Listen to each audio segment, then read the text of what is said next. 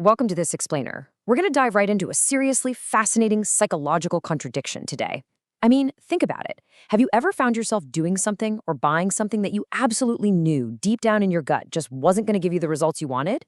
Well, today we're exploring a brilliant everyday interaction that captures this exact human quirk. It's a short conversation, but man, it reveals so much about how our brains actually work when we're confronted with the difficult reality of self-improvement. So let's get right into it. Why do we enthusiastically buy into solutions that we logically know will fail? It makes zero sense, right? We're supposedly rational beings, yet we constantly fall into this trap. To really understand this, we're going to look closely at a conversation between two people navigating a very common, everyday scenario. The psychology happening just beneath the surface of their words is absolutely revealing. Section 1, the glassy skin illusions. All right, so we kick things off by meeting our characters. We've got Chinny, who's basically the sharp voice of reason here, and her mama, who has just come home with a brand new cosmetic product. Chinny gently challenges her mother's purchase with a really simple question. What is this new cream, mama? It sounds innocent enough, but it totally opens the door to a complete unraveling of logic. And this brilliantly illustrates mama's fantasy outcome. You see, she isn't just buying a lotion. She's buying an identity, a specific result. She wants that perfect, smooth, glassy skin, and the promise of the product is that she can achieve this highly coveted physical attribute simply by opening a convenient little jar and slapping it on. Section 2, defining the desired outcome. Here is where Chinny brings reality crashing down on the fantasy. She points out, very accurately by the way, that desired outcomes, like a specific skin texture or tone, rely on complex, hard-to-change factors. She brings up climate, genetics, and the food we eat, systematically dismantling the whole idea that a simple cream can somehow bypass these foundational biological elements. Let's look at the specifics, because this is where it really builds. Chinny lays out the actual inputs required. She notes that the real Korean diet, which contributes heavily to the skin tone mama desires, involves a strict and specific way of eating, largely boiled foods, added sauces, lots of fish, and lots of vegetables. She points out to her mom that their own daily food is, well, absolutely nothing like that. So the crucial point is this stark chasm. On one side, you have reality, changing your entire diet to boiled fish and vegetables, altering your climate, and somehow miraculously changing your genetics. On the other side, the fantasy, just buying a jar of cosmetic cream. The gap between those difficult lifestyle changes and the easy cosmetics is just massive.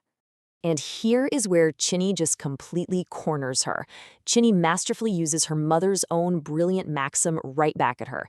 She reminds Mama of a rule she taught her. You must focus on the quality of your input if you want to achieve your defined outcome.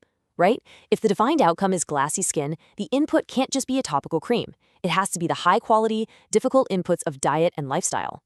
And Mama, well, she's forced to admit that Chinny is entirely correct.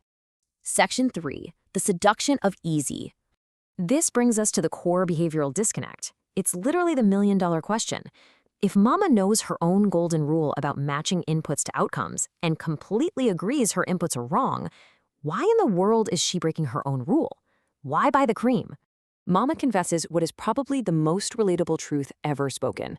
Maybe I am doing it because putting on a cream is easier than changing food habits. I mean, wow, it's a profound moment of self-awareness. Applying a cream takes, 10 seconds? Overhauling your diet to eat boiled fish and seaweed every single day takes immense discipline, time, and sacrifice. She is actively choosing the path of least resistance, fully knowing it's a dead end. Section 4, the hope and easy trap. But Chinny doesn't let her off the hook that easily. Using this fantastic Socratic questioning style, she once again corners Mama with her own sound advice. Remember, Mama is the one who taught Chinny to avoid easy conveniences. She literally told her daughter not to go for whatever is easy. So again, Chinny asks, then why are you doing it? Mama's honest response here is the absolute heartbeat of this entire concept. She says, maybe I am hoping for a favorable outcome, knowing very well that it won't happen. It's the hope. She knows the cream won't work, but she is utterly seduced by the feeling of hope. The purchase wasn't really about the skin. The purchase was about buying a tiny convenient jar of manufactured optimism. Chinny perfectly summarizes why this is so dangerous. She defines hope and easy as the absolute worst combination. Why? Because when you combine a false sense of hope with an easy action, it tricks you. It gives you the illusion that you're actually doing something about your problem, which completely prevents you from choosing the difficult options that would actually bring out your best. It's basically a psychological anesthetic. We are left with a crystal clear crossroads. On one hand, the difficult option, eating boiled fish, rice, and seaweed, which actually brings out the best in you. On the other hand, the hope and easy option, buying the cream knowing very well it's going to fail. Faced with this stark, undeniable logic, Mama finally relents. She basically says, okay, you made your point, this is the last cream that I will buy. Section 5. Falling for it again. Now, you'd think that's the end of the story, right? You would think logic, intense self-awareness, and making a firm verbal commitment would permanently break the cycle. But human behavior is beautifully, frustratingly flawed. Just 1 month later, the sharp sting of Chinny's logic fades, and old habits creep right back in. Despite everything they discussed, Mama relapses. Chinny looks in the shopping kit and yep, there it is. The completely ineffective Korean skin cream has reappeared. Chinny simply asks, Mama, why again? Instead of judging Mama honestly, I think we can all deeply empathize with her ultimate realization here.